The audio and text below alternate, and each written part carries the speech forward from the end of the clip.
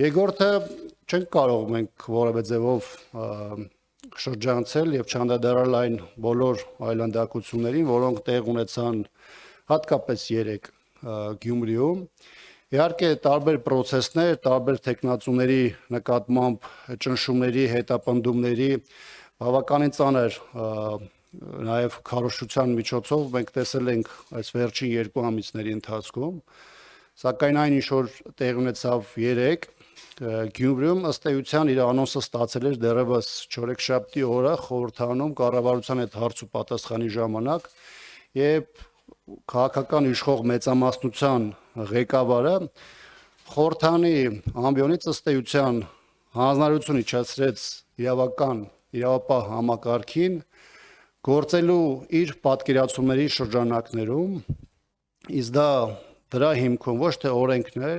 ոչ թե սահմանադրությունն է, այլ իշխող ուժի առաջնահերթությունները, որոնք արտահայտվում են ձերբակալությունների, ճնշումների, քարոզչական բավականին անթույլատրելի միջոցների կիրառման միջոցով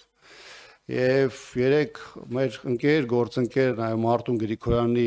ընտանիքի նկատմամբ իրականացված է եւ մեծ առումով Մարտուն Գրիգորյանին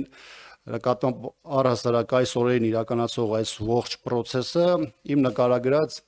իրադարձությունների շրջանակներում է ցանկացած հատված, ցանկացած դետալային առումով վերցրած ըստ էության ցույց է տալիս, որ իշխանությունը իր համար նպատակ է դրել ամեն գնով վերցնելու Գյումրիում իշխանությունը եւ այդ ճանապարհին որևէ բանի առաջ չի կանգնելու։ Ես չեմ կարող նաեւ չհիշատակել նաեւ երեք տեղ ունեցած մեկ այլ միջադեպ նաեւ մեկ այլ տեխնացու Կարեն Սիմոնյանի եւ նրա շտաբի նկատմամբ օրեր առաջ Ռուբեն Մխիթարյանի նկատմամբ քննչական տարբեր տարօրինակ զանգերի միջոցով եւ այլն, այնպես որ իշխանությունը Գյումրիում գործում է ճիշտ այնպես, ինչպես իր քաղաքական նկարագիրն ու հետագիծն է եւ ամեն ինչ անելու է բոլոր այդ թվում անթույլատրելի միջոցներով Գյումրիում ունենալ իշխանություն։ Շնորհակալություն։